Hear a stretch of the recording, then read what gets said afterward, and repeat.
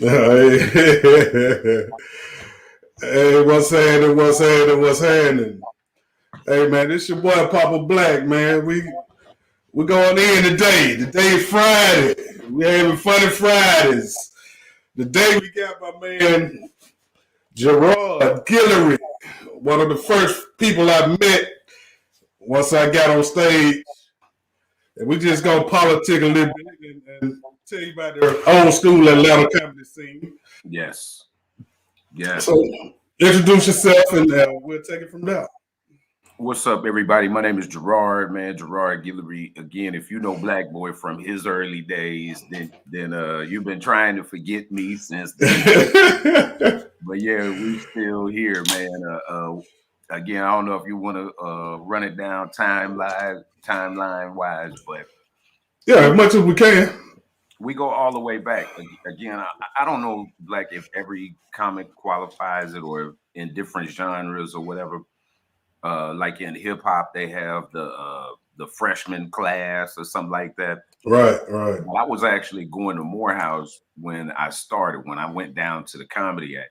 So I like to liken a lot of things to either being in school. I never pledged a fraternity, but to fraternities and stuff like that. And that's what this is. So Black Boy and I are classmates. We Yes, started sir.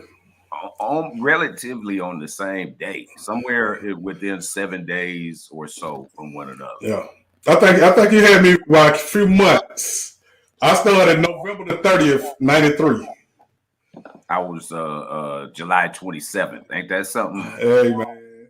Hey, I remember first of all, I'm gonna talk about the comeback where we got us started. Yes. Now, I remember you used to be in this bathroom smoking, smoke about 3, 4 cigarettes back to back before you got ready to hit that stage. And that was just the cigarettes that got smoked in the club. You know, so funny, man. The nervousness for me, again, I was a funny dude. I was in school. I was a class clown, funny at my job. I was working at the Outlet Square Mall. No, when I first started, I was reading meters for Georgia Power. I don't know if you remember, I used to wear that. Yeah. I didn't wear it at the Comedy Act. It was after I stopped working there that I started wearing a Georgia Power. It was a brown Georgia Power shirt that I put on. That was my real. That's what I was doing that summer that I started. And then as I moved along, but just funny. I was a funny dude. But two things, the stage is a different animal. Yeah, it damn sure is. Talking about each other's mamas in the back of the bus or in school, it is not the same as comedy and dealing with hecklers. And again, I'm going to Morehouse, and it wasn't a whole lot of college representation. Right. Tuesday night. Right. Yeah, so I would be thrown by that, man. And so I'd be nervous all day, Black. You know how you feel when you get ready to go up next? Yeah. I feel like that in the morning. When I get up in the morning, like, yo, it's going to be hours before I get up. I'll be walking through the day like that. So, yeah, it just took me some time to burn that off. And so between the cigarettes because tell the truth, that bathroom in the Comedy Act looked like 24-hour fitness. Yes, sir. Yes, sir. Yes, pull sir. Up on the stall, shadow boxing. Right. And everybody had their own little thing that they did before the show. Trying to burn that adrenaline, son. Trying to burn that adrenaline off. Sure did. And let me ask, do you still get nervous? I do. Yeah. I do. Okay. It's not the same. Right. It's not the same by any stretch. But I think it was Luther Vandross or some significant performer I heard say that on those days where he does not get nervous, those are guaranteed bad shows. Right. And so we go back to that bathroom. Remember, it's just adrenaline. Right. And I don't mind sharing this, to your audience. I'm a language dude, man. And it occurred to me sometime about 10, 12 years ago or whatever. It's what you say it is. Right. If you claim to be nervous, then you're going to be nervous. But what I like to call it is the spirit of God. That when it comes, I settle. I settle in the nervousness now because I don't call it nervousness.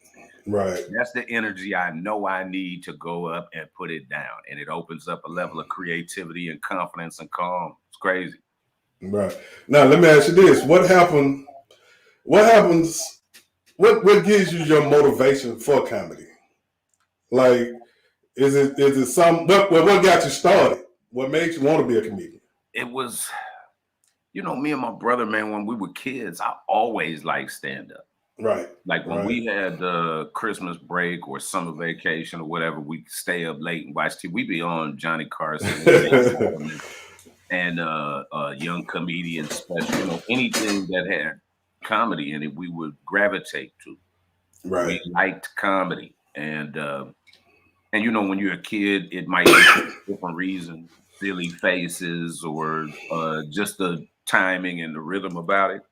Right. But when I got to college, the dudes that I kicked it with, they were some funny dudes, and some of it was about what they actually said, but I Right. also recognized a rhythm and a pattern that they didn't have to say the funniest thing ever, but if they said it like Right. like That timing and that delivery. That timing and that delivery. timing and delivery, so we tear that apart like, yo. Right.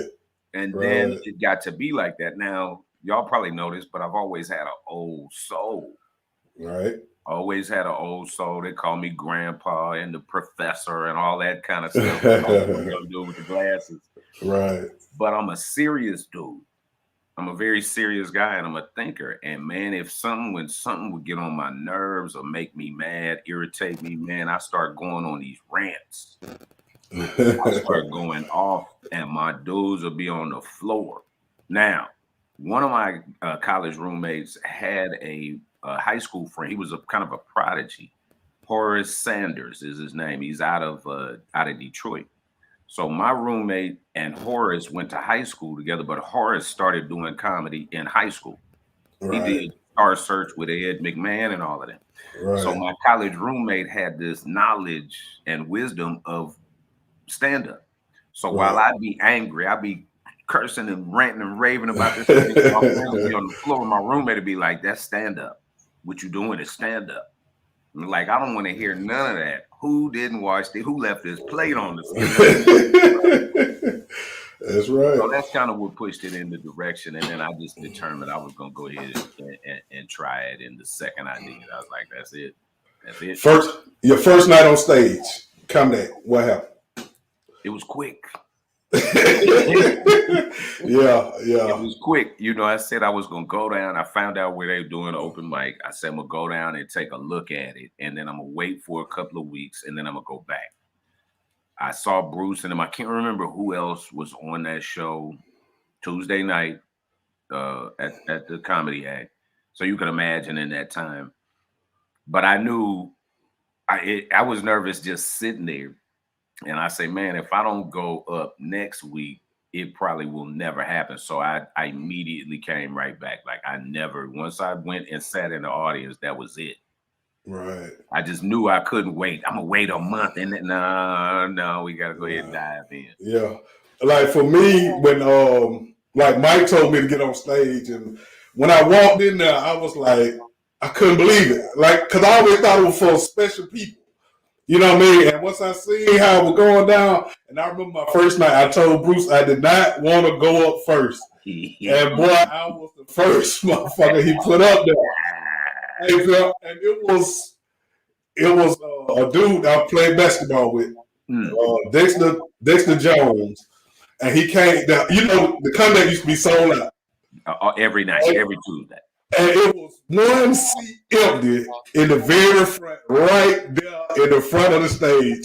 And he came up there, he was like, "Hey man, I know you Tim English." I was like, it threw my whole night off. Of course. But Mike told me, one time, you'll know if you can do it or not. Yeah. And I came off, I was like, I got this. Yeah. See, I understood too, but remember, it was a very consistent audience. Right.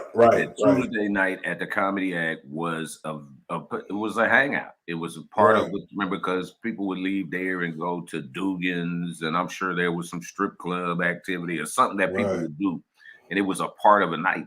Right. And so you get booed off the stage. You know, when I get booed, the next week, remember that was a long walk. Yeah. Family was not a little place. And Yeah. from the DJ booth where all the comics would stand to the stage, that's probably a minute and a half walk. Yeah. To get, it's a long walk. And so on the way, people would be clapping and then be like, oh, we booed him last week. Yeah. So there were times where I just got booed because people remember booing me the week before. That's because funny. I said something because I wasn't funny this week. I didn't even they didn't even give you a shot. Yeah. And see, that's what the newer comedians don't understand, man. Like when we did it, dog, you got no love at all until you prove yourself. Right. You know what I mean? Like social media wasn't big or none of that. So you actually had to prove yourself. But once you did, it was nothing in the world like it. Not at all. It was nothing in the world like it. And like you said, not only do you have to prove yourself, I saw a comic I saw somebody who was trying to be on stage do something that we had even heard about, that not only did you have to prove yourself, but you had to come back and repeat the right. As opposed, I forget my man's name, but it was a dude, it was a tough thing. It wasn't like just because you ripped on one Tuesday that you were just off and running. You might face the fate every week. So it was a dude who set the week before, and then he tried to get on stage and talk about how funny he was last week, and they tore his ass down. Yeah, he's been here last week. Like, no, we heard. Like, dude, you can't bring up what you used to do. You got to prove it every single time. All right. Now, at the same time, Uptown had just opened. How was your first experience at Uptown? My first experience, I want to say I did well, but remember when the Comedy Act was open and the Uptown was open, Uptown was now popping. Right. So it would be lots of empty seats and whatnot, which is, again, remember, that doesn't mean it's not a successful club. Right. Tuesday night, it would be kind of sparse. Right. That's why I was saying that after months of being in the game, I would get Mike Epps and Slick Black from the train station. Yeah. We'll go to the Comedy. We'll go to Uptown, and then I would drop Mike back off at the train station, but I take Slick Black back home. So I was with Mike when I think when Earthquake saw Mike the first time, it was like, young man, you want to work? Yes, sir. Like it talked to him just like that. So again, I had an appreciation for it when I found out, okay, there are different stages and different styles of rooms and the different styles of people at different spaces and whatnot. So I started going back and forth. Right. Before the Comedy Act closed, I would either alternate one week or I would try to hit both spots in the same night. Right. Mm-hmm. Man, you brought up Slick Black. Slick Black. Hey, man. Slick Black is the reason why I changed my name. Because when I got in the store, I was just gonna use Black. But then I met him the first day. I was down and they were like, this Slick Black. I was like, well, damn, I can't go by Black. So and Black Bolt, the first thing that came to my mind. Hey man. Hey, tell us about the mentorship we used to get from Will. Mentorship. Oh, like we used to get like from Will Ward, Sherman Gold, Chocolate, Rex Garvin, Bruce, Doodle Brown. Doodle was more tough love. Yeah. Like I said, and that's my dude for real. Doodle Brown is my friend. He's a solid individual, man. I love Doodle Brown. I love that guy. But when I was an amateur comedian, wait a minute. I don't know if I should even tell this, but you remember the Creative Tour? Yeah.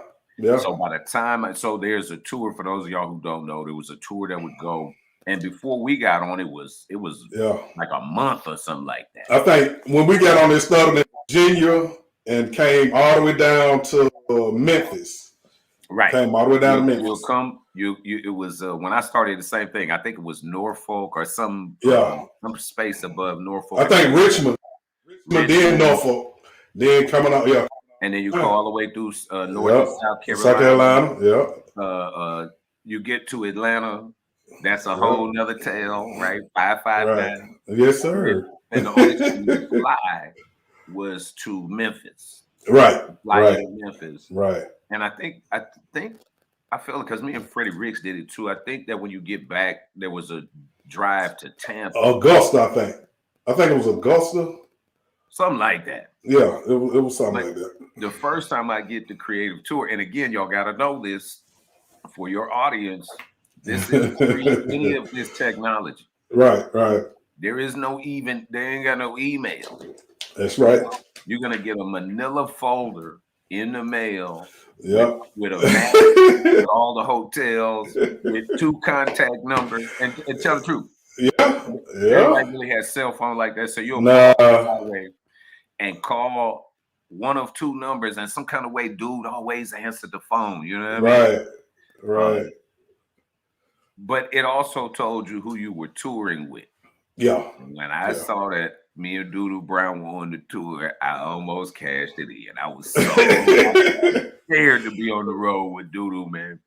And the funniest thing ever, I picked him up and we got ready to get started to get on the road. He put his stuff in the car and then he looked at me before we started moving. He said, "Tell me about any of the rumors you heard about me." And I froze, man. I didn't want to say none of that. He said, "You heard I pulled a gun on somebody?" I said, "Yeah, I heard you pulled a gun on Steve Harvey." He said, "See, that's a lie. It was Teddy Carpenter." I was like, "Oh my God." But when we got back off the tour, and here we go again, like how you and I are brothers connected for life. Right. Come from the same class. We have a bond that is established and determined by highs and lows. We've been there when somebody did something great. We were there when we fell down over the years. But the funny thing, right, is when you take a road trip with somebody, remember, they don't always land perfect. Right. They don't always land where you're going to be best friends with dude. But me and dude like this dude when we got back off that tour. Right. Fantastic. Yeah. What a wonderful thing, man. Man, I remember in the first time I did the creative tour in Richmond, Virginia, they did not want to call me Black Boy. They didn't want to hear nothing? No, they didn't want to call me Black Boy. Oh, really? They had to use my name. Really? That was the first time I had ever been on stage on the TM English. What? That's they would not use that name, man. That is crazy. And we see what's going on in Virginia right now, acting like all progressive and carrying on. Man, if y'all don't get out of here. You remember when we did Clark Atlanta back, I think in '97. They didn't use my name. I still got there it is. There it is. Hey man, see, and they did not use my name in that. They did not use my name in that. They put Tim English. Yeah. They would not use Black Boy. Oh, sure it is. Tim English, yeah. Yeah. And see, that's what I tell people, like, when I started that hood shit, man, it was nobody out there doing it. You know what I mean? Doodoo never doing underground comedy. But that street shit, boy, I still got it too. I just want to make sure they see it and understand. Again, this is pre-email. Right. This is being in the news. Atlanta Journal-Constitution in '97. That was a big deal. And remember who the headliner on that was. We didn't even close that. That was Tony Woods. Damn, sure was. And I've been cool with that dude since that day. Yeah. Since that day. But I always forget about it because we shine. We got to be in That's a big deal in 1990. What was it? What year was that? 97, I think. 96. That's exactly what they say. I think 97. Wits about them. Gerard, Guillory, and Tim English relaxed in their routines at Laugh Attack 97 held every other week at Clark Atlanta University campus. How about that? Yeah. How about that? Hey, you remember when the Comedy Act closed and we had to go up to Uptown? And boy, that was a night I would never forget. Hey, look, I love Quake now. Me and Quake are cool, but Quake was hard to motherfucking deal with back then, man. He called everybody that came from the Comedy Act POWs. We were POWs and treated as such. Oh my God, he did not put up anybody from the Comedy Act that night. We stayed in there. It was a long night. Night. Here's the thing, too. Again, remember so y'all know, open mic. These are hot nights too. It's not just like a bunch of amateurs filling the room. This is a super hot night. All the celebrities. Right. Remember Atlanta, the beginning of that Atlanta, people moving to it. Remember Chuck D. Yeah. It'd be the Hawks and the Falcons. I remember Larry Blackman. I could go on and on about Too Short. The guys who would the celebrities who would be at the Comedy Act. So it was this thing. On a Monday night, they called a meeting. I thought the meeting was about something else, and I should have never been there. I was the only super amateur in there. Right. They let it be known that the club was closed. That was a Monday night. Tuesday, the day that Black is referring to is the following day. Mm-hmm. It ain't like a whole lot happened between the time that the Comedy Act closed and Uptown. Uptown never looked back from the instant Comedy Act closed. The following day, it was so packed that they had 2 and 3 comedians sit in one chair. That's it. All night long, they didn't put one of us up and referred to us as POWs for the rest of the night. That was March the 8th, 1994. Wanda Smith was on the article. I remember like yesterday. March the 8th, 1994. Gee whiz. I remember it being springtime. I remember being really upset because I went to the meeting and like I said, the club closed just like that. Right. So we all left with a lot of liquor and stuff. Like I had a big old case of liquor. I had cut out remember the walls were carpeted. Yeah. We all cut a little carpet off, and I still had that box. I think it's at my mother's house, something like that. But I took that liquor to my own boys' spot over there by Greenbrier, and we drank it. It felt like it was over. Right. It damn sure did. Because we didn't know what that was going to do, man. We didn't know what we was going to do. I remember after that, too. I can't remember where we were, but I remember Bruce saying, when he found out about how it went down, he said, y'all don't go down there no more. Yeah. No, I'm going to tell you. See, we got up there early, and Bruce came up there later on, and we were sitting out there on the balcony. I'm talking about the old Uptown, the original Uptown, Peachtree, up there by Houston. Yes, sir. So we up there on the balcony, and I told Bruce, I said, hey, man, this shit here is pimp. What the hell we gonna do, man? Because he had us by our nuts. You know what I mean? And rap. Hey, man. And Bruce was like, he wanted to found a new club. And I was like, hey, man, it's a dude that be in there laughing all the time. And he said, you talking about Lil Mike? I say, well, won't you tell him that, because he had been on Bruce about starting a club, a comedy night. And I said, won't you tell him that that the comedy act done closed, because everybody knew how loyal he was to the comedy act. Right. Tell him that the comedy act done closed and you need a new spot.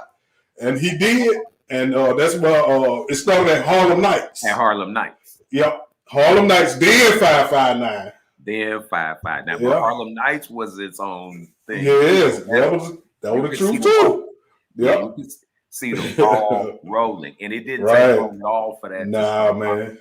Nope. And how long did that last? That was less than a year, right? It was less. Yeah. Let me see. It was a few months, because I remember they gonna sell Mike Cato the building. Mm. They want to sell him the building, and then we moved over to 559 once they found out that he wanted to buy the building. Hey man, and that 559 turned into $1 million club, player. Hey man, from our Tuesday night comedy, and we had 5 to 6 rooms every night that we hit. You know what I mean? We had a room for Monday, for Tuesday, for Wednesday, for Thursday, for Friday, right? And that's how we really got our start. You know what I mean? The beautiful thing first, I got to tell one Harlem night memory, because that's where I recall Shawty coming in. Yeah. Shawty didn't come on that comedy act with us, but I remember him when we meet it, and so it's two things. But one night, and I think most comics, especially when we're younger, it's hard to interpret it. Right. Tell a joke. I like to say, technically speaking in comedy, that people laugh at what they identify with. Right. So when you tell a good joke, people are laughing, but they also looking around their table like, girl, you did that this morning. Right. He do that all the time. Right. When you get a piece that it strikes with people, in the center of their laughter, they start referencing to the punchline. Right. When you're a younger comedian who comes up in rugged spaces like we did, we take that as heckle. Right. I just hear somebody talking while I'm up here doing my thing. I don't know that you telling me how good I did. Right. It sounds to me like you said something about my mama. What? That's right. Right, I got to get you. So Shawty was killing, man, and the girl did something like that, and it was the funniest thing I had ever heard. Man, remember, I'm college boy. I'm still in school. You know what I mean? Right. Shawty told that girl, I quit killing niggas to do comedy. That was the funniest thing I ever heard, because it's probably true. Yeah. And see, Shawty came along, because I had to turn myself in. And I had to do like 99 days. And that was right when the comedy closed and we started Harlem Nights. So when I came back, Nod, I talked to Nod a couple times, and Nod was like, hey man, it's this new comedian now. He scratched with his mouth. And I'm like, what the hell? He told us, man, he scratched with his mouth, man. He do some kind of and I'm telling you, he just be scratching with his mouth. You gotta see it. So when I came home, that's what we were talking about. Shawty. Shawty. Yeah. Because Shawty used to be like a little DJ when he first started and scratched all that shit. And it was Shawty. Yep. Then we walk. Yep. Early. Hey, into 559. Yeah. Here's another thing that was significant for me about 559, just my place in life. By the time 559 comes around, I have hit a stride. Right. I'm not getting booed. I don't get booed every night. Like now, at this point, again, 559 is Tuesday night. Right. But I'm the Tuesday night host at Uptown. Right. But remember, 559 is fantastically hood. Again, ladies and gentlemen, y'all have, if you're not aware again of the history in Atlanta, remember Ray Lewis is responsible for Atlanta closing at 2 a.m. Yeah. This is in the 90s. Yeah. Atlanta just is wide open.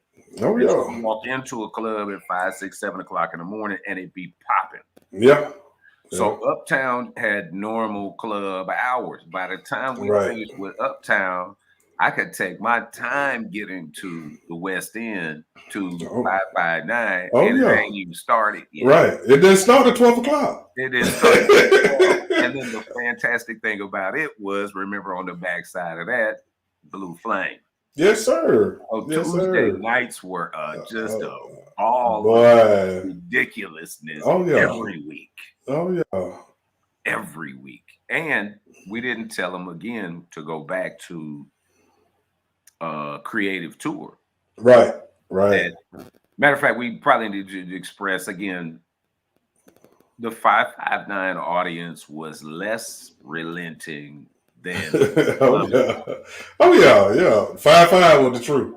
5.5 was the truth. How many people? What did you think the capacity was at 5.59? I'd probably say about sitting 350, 400, if not more. It might have been more. I always thought it was more like 700. It was a lot. It was because they used to be in there wall to wall. It'd be standing room only. Yeah. I would always say there is zero crime being committed inside. Yeah, everybody in the 5.5. Everybody who would be committing crime is here. Yeah. Jam packed. And it was sectioned off.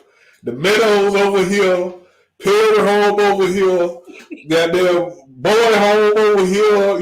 Decatur back in the bag is, hey man, and everybody had a good time because everybody would get money. Wasn't nobody jealous of nobody, long didn't nobody disrespect nobody. And they would come together when they didn't like the comedian on stage. Oh yeah. You can tell it was separate neighborhoods, and they would be in unison. Yeah. And it was so bad that like you didn't, as a comic, you only had to do probably about 3 to 7 minutes. Right. Yeah. You won't be up there long. No, not at all. I mean, ripping. If you rip, you only gonna be up there 5. You hit them and get up out of there before the tide change. That's right. Disco. Right.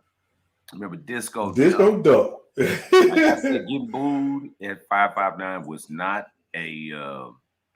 It was not a strike at your record. Right. Like I almost thought that you almost got stripes just to make the attempt. Just to go, because we knew comics who would not show up to the parking lot. Right. Just like we said earlier, the creative tour starts up in Virginia. You go all the way through Fort Jackson, South Carolina. You go do all of those rooms, and then you get to Atlanta, and you got to do 5.59. Yeah. Oh yeah. Then you catch a flight to Memphis. Right. How many comics from other cities would get to Atlanta, catch an early flight to Memphis, and skip 5.59? Yeah, they would. Me and the Key were talking about that. Man. Yeah, remember we would line up. It'd be Tyler, everybody. We just lined up, waiting to see who didn't show up and split and divide their money up. We still get paid to do their pieces, but again, just a beautiful time, man. It was a beautiful time, but it was frightening. Just knew. That's why I was going to say Disco was the only person I saw who the crowd started to boo Disco Duck. And some kind of way, it might even be the only time I've ever seen it in comedy where he flipped it. In the middle of getting booed, he flipped the current on that and ended up leaving with a grave ovation. I said, how you do that? Right. Because normally once they started, it was over with, man. Right. Yeah. Hey, man, I remember when Tupac came to 5.59. That was Tupac came to the comeback. He was at the comedy. He's at the comeback. And I met him in the bathroom. And I told him, I said, look, man, I'm a fan, very big fan. I say, but we also got something in common. And he was like, what's that? And I told him, I said, look, the 2 police that you shot downtown, they actually had locked me up before. I said, they some dirty cops. And I told him, I said, I appreciate you handling your business with them. You know what I mean? And he looked at me, he was shocked. And look, I didn't realize that Mike Epps still remember that. Because he talked about it on Hot 97. Oh, Ebro and them? Yeah. They asked him, did he ever meet somebody down there? He was like, I met Tupac at the comeback before I blew up. And he was in me and another comedian named Black Boy. And he said Tupac had just told me that somebody had just told him that they appreciate him shooting them 2 cops. We brushed past that a couple of days ago when we talked. Yeah. I wish I pulled it down. Somebody posted that yesterday. Somebody posted about the 2 cops yesterday. I think that was my partner, Mark Prince, I think, who posted. I'm going to have to pull that up. But we brushed on that. Yeah. And the very next day, I see the thing about Pac and the 2 cops. Yeah. I mean, I can tell you their names and everything, man. You know what I mean? I'm Dirt like, bag, hey man. dirt bag. You know what I always forget is Freaknik that same year. Freaknik in 1997. You know Q and A Short. Mm-mm. I forget what their promotion thing, but they were doing 255. They had Chef Robs at one point after Big Sean. I Right, can't think of the name of Fat Fat Comedy. They were promoting some comedy shows around the city for years. right, right. Uh, but they threw a Freaknik concert, and I hosted it, and that was when Thug Life. Yeah, So yeah. I was up there, and I was faded too, because I was Right, Freaknik. I was still right, in right, school. right, right, right. And then I went down to the venue. It was right down there by Piedmont Park, across from Grady. That at the corner, I think that's Monroe and Piedmont, Yeah, down at the end yeah. of the park by the movie theater and all that. Right, It's a right, nice little structure. If you're going toward Monroe, right, right. past the park on the left, it's a nice, like a big old glass house type thing. And the show was in there. I forgot about that. I had the T-shirt and everything. But Tupac was the headliner, and yeah, I hosted the show. But it was 200 dudes. I think he had just got out, and that was the first time because it was 100 dudes with thug like Yeah, T-shirts. right, They yeah. weren't pressed tees. Right. Like somebody had a magic marker and wrote Yeah. thug like it was real thug. I forget about that. I don't ever put that on my resume or anything. Yeah. Because I didn't even get to hand him the mic. One of them dudes was like, give me that mic. Right. And see, I missed the last good Freaknik. The last good Freaknik was 94. I had to turn myself in 2 days before they came to town. I turned myself in on a Tuesday. They came to town on Thursday, and I'm in there looking like, God. And look, that was the last good one. In 95, they started keeping everybody on the highway. I forgot about that too. Yeah, just so whack. That was terrible. Even though, but you know how we're resourceful people. Y'all don't want to let us off the exit. Oh yeah, we knew the back street. Parties in the Popeyes parking lot. Yeah, we in the Kroger parking lot. Which Kroger? Don't matter, man. We kicked it. That's it. But it wasn't the same though. Nah, man, it wasn't, man. It was not the same. But again, that was because again, to the audience, you gotta almost draw a line between the moment that dude says the 1996 Olympics go to Atlanta. Yep, that's when the city changed. It changed. It goes to being an actual. It still got some small town in it, which is beautiful. Right, but it's right. a real metropolitan, like big city stuff on a regular all day basis. It was always an authentic place. So you never want to take that. Right. It was always the capital of the South. Oh yeah. But that Olympic move, again, with no restriction. You'd be like to go to a place at club anytime. Right. That the city stayed open. That the culture that we live in today. Man, we live in a full-blown strip club culture, but that comes from 1995. Right.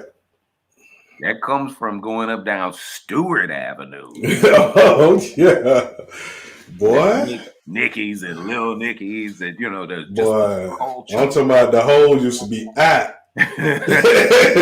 Boy. Yes. Sir. I remember when I first started hanging on Auburn Avenue.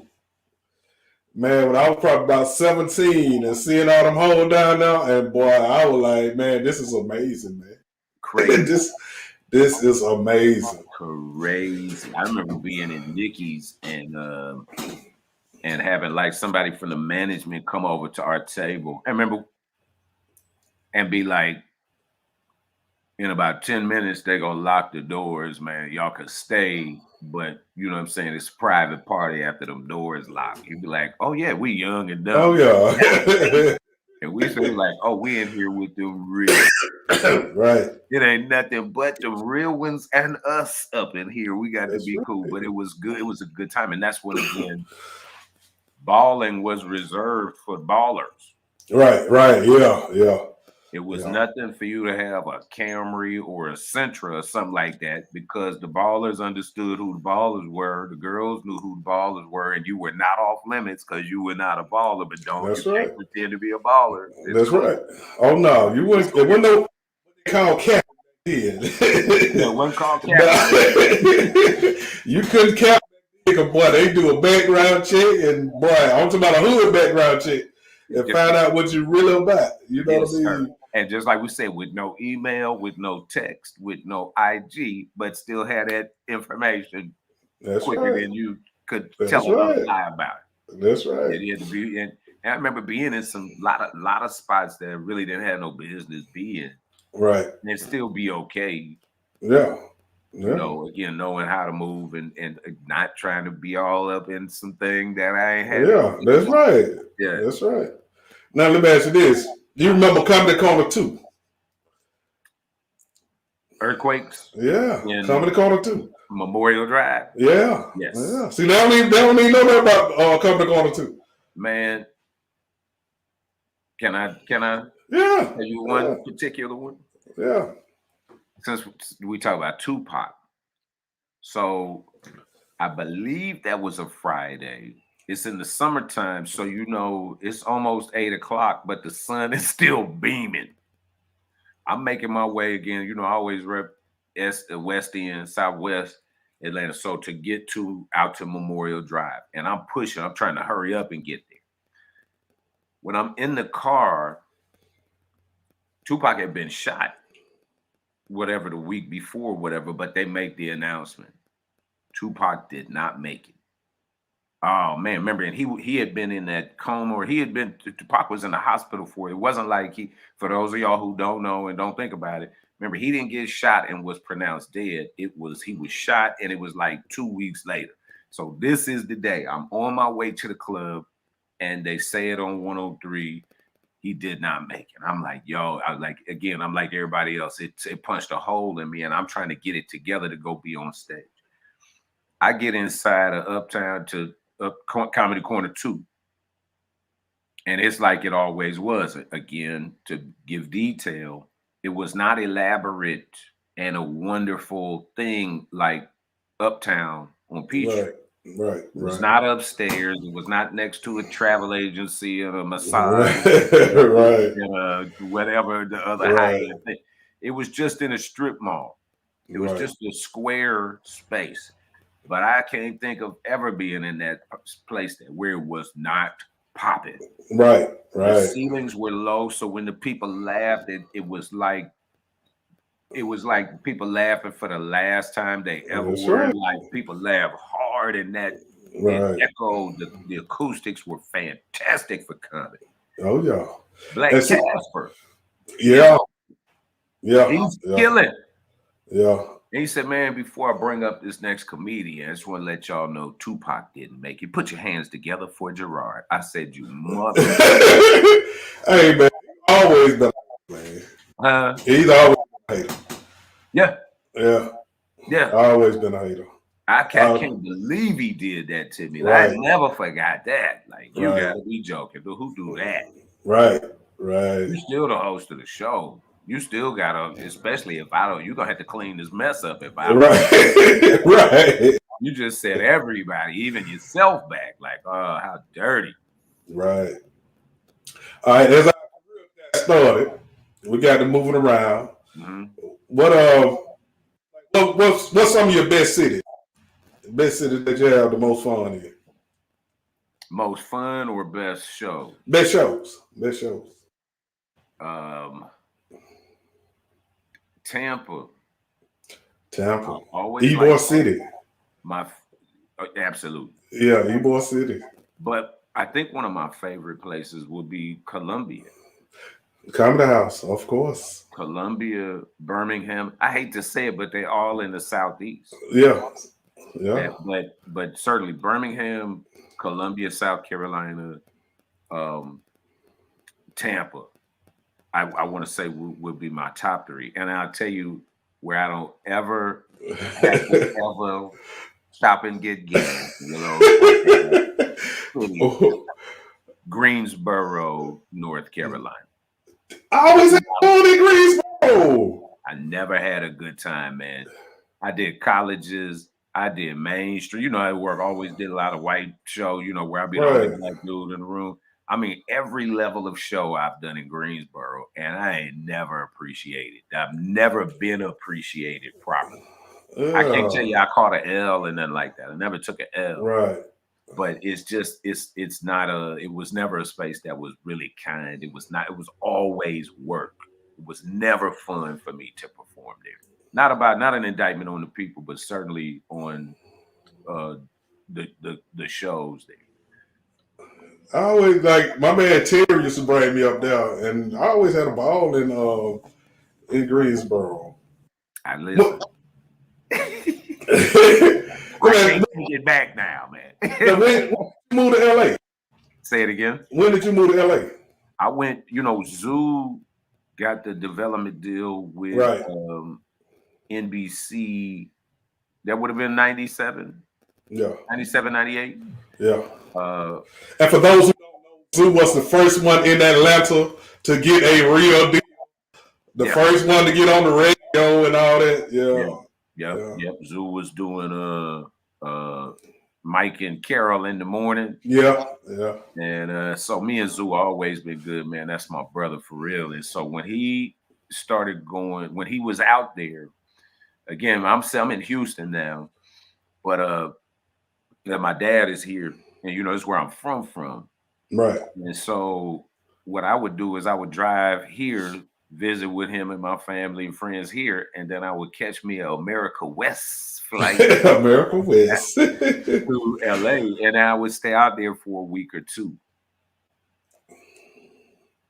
I was hosting Uptown Tuesday nights. Yeah, I won't go all the way into it because I just talked with Gary and we had a good interaction. I don't know how but we had a falling out. Right. And so it was on a night that I was going to leave anyway. I was going to host Uptown, get in the car and drive to Houston, and then catch my flight a couple of days later. Stay out there for a week and make it back by the time it's time for me to be back at Uptown. Right. But Gary and I had a falling out. I hosted the show anyway. I got in my car, and as I was leaving the city of Atlanta, I heard the very first Uptown radio commercial where they said Lab Love was the host of Tuesday night. What? And me and Lab are super cool. Right. This has nothing to do with Lab. This has to do with the fact that we were arguing about advertisement. Right. Because the passes from Uptown came out on Wednesday, but I host Tuesday night. Right. So my passes are always expired when they get here. So I always had a nice contingency. Y'all remember I always had at least 20, 30 people in the club to do all the night stuff with. Right. But I couldn't blow it up because my passes would be expired. So all of a sudden, the night I quit at about 10 o'clock p.m., between 10 and midnight, they done shot a commercial where Lav is the host. So I was like, oh, okay. So I went to LA, and I'm just there. I was actually packing my bag when I had a Sky Pager. Right. And I got paid from Comic View. So my very first television taping I was offered Comic View, and it was like 2 or 3 weeks. But I'm like, I don't remember this. We taping in LA, right. So I'm like, I don't think I should go all the way back in and try, because remember they weren't paying no money. No, hell no, $150. It made sense for me just to stay there, right.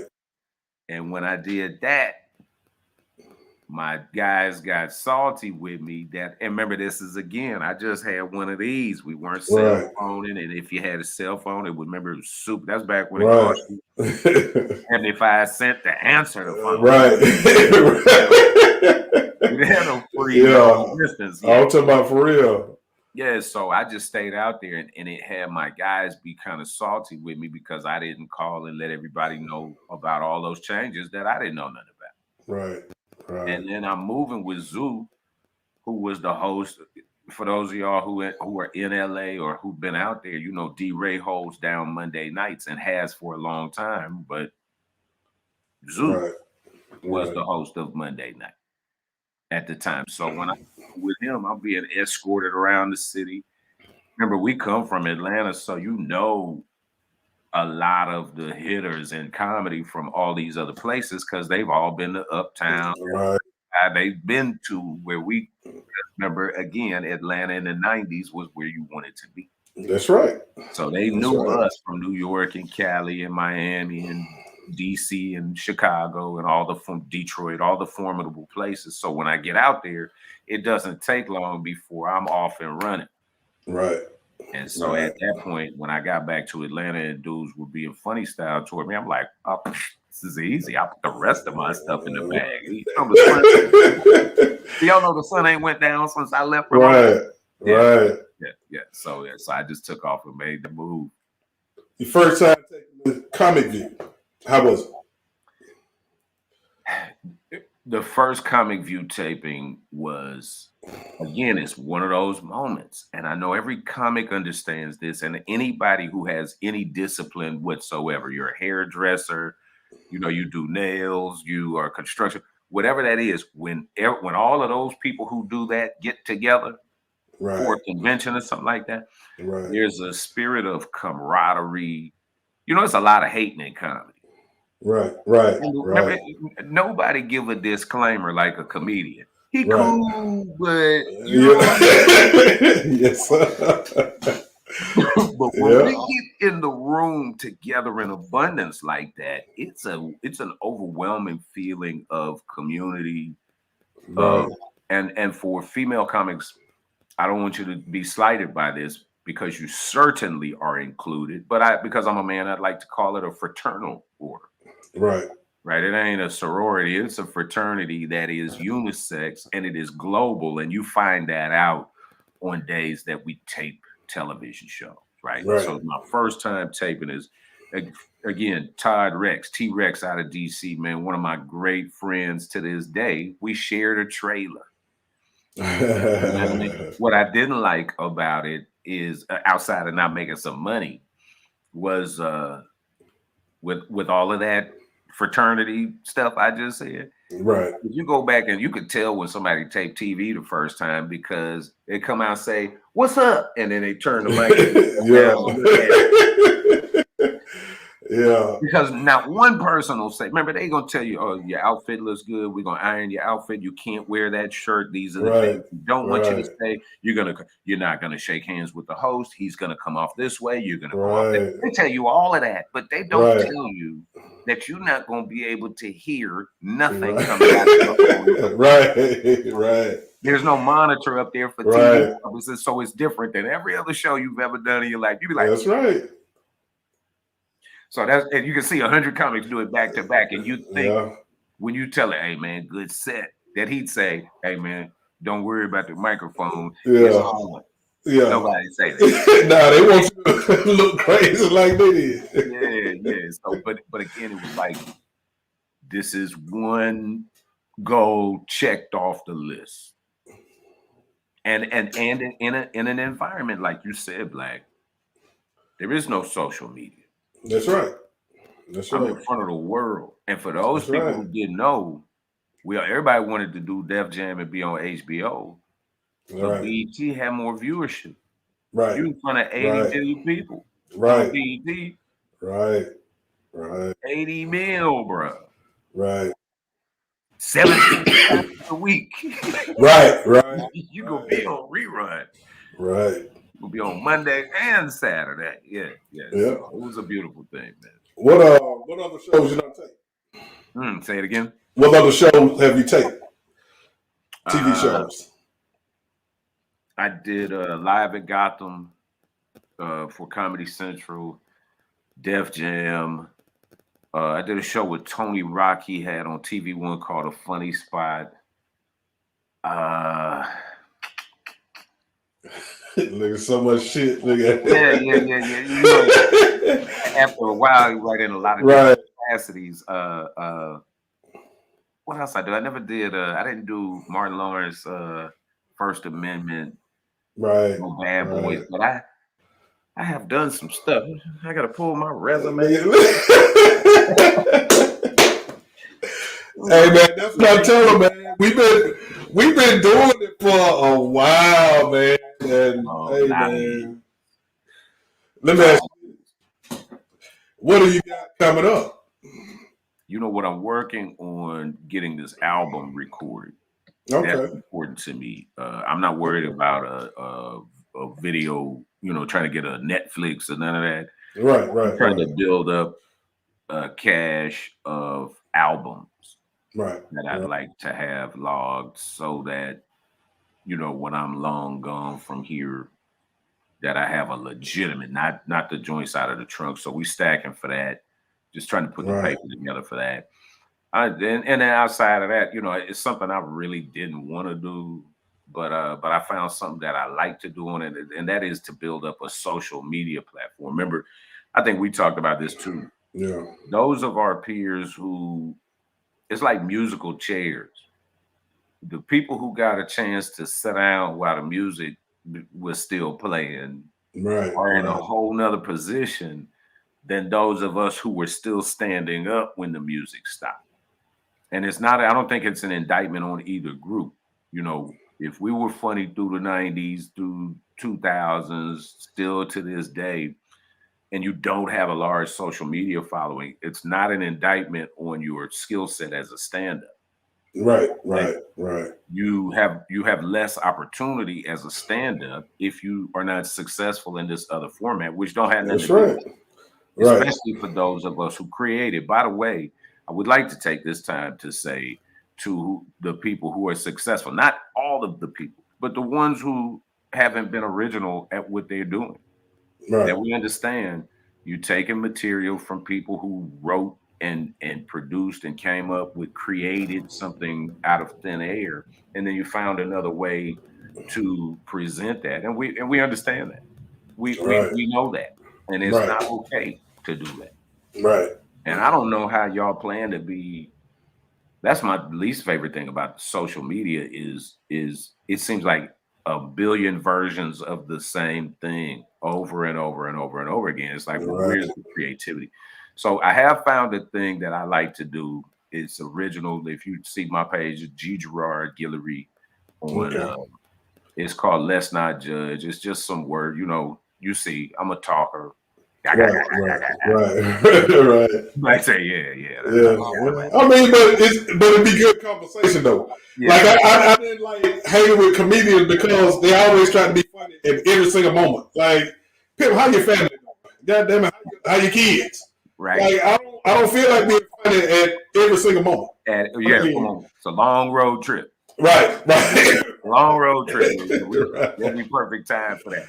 Right. But it's a thing I've been doing called Let's Not Judge. It's just a lot of wordplay. Like I said, I'm a self-proclaimed wordsmith. I don't aspire to rap, but I know I'm good with words. And so it's this thing I've been doing with video, kind of a video commentary that's loaded with wordplay and puns and so forth. And people seem to appreciate it. So, and that's what I'm trying to do, just service an audience that fools with me and the stuff I like to do in the interim. But like I said, I got 2 albums that I'm prepared to drop, and hopefully we get that done at the top of next year. So y'all look out for that. And then also still just, I still work in TV, all the background. I forgot I hadn't thrown this on in a minute, but it got cool. I was like, I don't ever get to wear my TV show jackets. Right. Oh yeah. So we still pushing, man. That's it, man. Just pushing, trying to stay on this road and build up the social media so the young folks will know whose jokes they taking. Right. Yeah. Oh man, I see so many motherfuckers that, like, one of my homeboys asked me one day, he be like, "Hey man, how you feel about street comedy and where it's at now compared to when you started this?" And I was like, to be honest with you, Pip, I said if I say something about it, everybody gonna swear I'm trying to get back on stage. But hey man, I know where it started at. I'm cool with it. Everybody that can get money, get money. See, but can I hate to cut? Can I have to do this live? We talked about this the other day. Right. We talked about it in 1993 when you said it, but because I was standing there, I want to be on record for saying the difference between the N word, the GA or the ER. I'm sorry. Yes, That's sir. black boy. Yes, sir. All day. 1993. So every time All you day. heard that since 1993, that was a bit that this young man wrote Yeah. in the early 90s that you've Yeah. seen everywhere. Movies, Yeah. television. I heard Skip Bayless say it in sports. Everywhere Yeah. I want to make sure that my brother gets his credit for having said that in the Hey, man. 90s. And it's a lot of stuff that I talked about back in the day. Like I was the first one talking about the boys wearing their pants hanging off their butt. I was the first one to talk about jails being privatized. I'm talking about that shit damn near 30 years ago. You know what I mean? And you know, it's cool to be recognized for it, but I'm cool being who I am. Like, you know what I mean? I'm good, man. And hey, man, it's been a pleasure. It's been a pleasure, pal. You know, we can politic all day.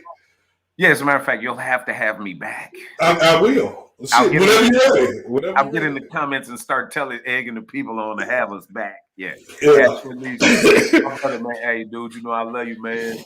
Hey, but hold on before you go. Yes, sir. I gotta give you some love too. You remember when we was taking coming to the stage, and you got my hair braided for me because I always went to every city. Look, hey man, I need somebody to braid my hair. I need somebody to braid my hair.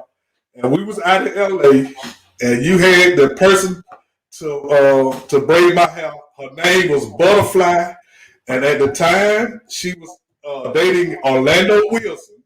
Orlando Brown. Because they shooting Raven on the other side of the line. Yep. They shooting I Love That's So Raven on the other side of the line. And Orlando, bless his heart, had fallen deeply in love, I believe. Oh yeah. Hey man, give out your tags, man. Where you at? Your Instagram and all that good stuff. IG is Gerard Guillory. I'm at Gerard Guillory. I should have put it on. I got to switch up my thing on here, but spelled like that: Gerard Guillory. Same thing at Facebook, Twitter, Gerard41. But I don't really tweet that much. I'm gonna have to get back. Right. Yeah. Too much to do. Right. Right. I just remember a whole nother website I got. Right. Well, hey man, this has been a pleasure. Hey man, you know we always gonna be brothers. Oh, hey man, if you ever need me for anything, pimp, I'm always here. I'm gonna need some Papa Blacks. Hey man, they trying to get me to damn ship that shit for real. So yeah, I mean I definitely will try. That's right. Hey, and you will be back, man. One more time, y'all get up for my dog, Mr. Gerard Guillory. Hey, y'all be easy. Always. Good luck, Black. All right.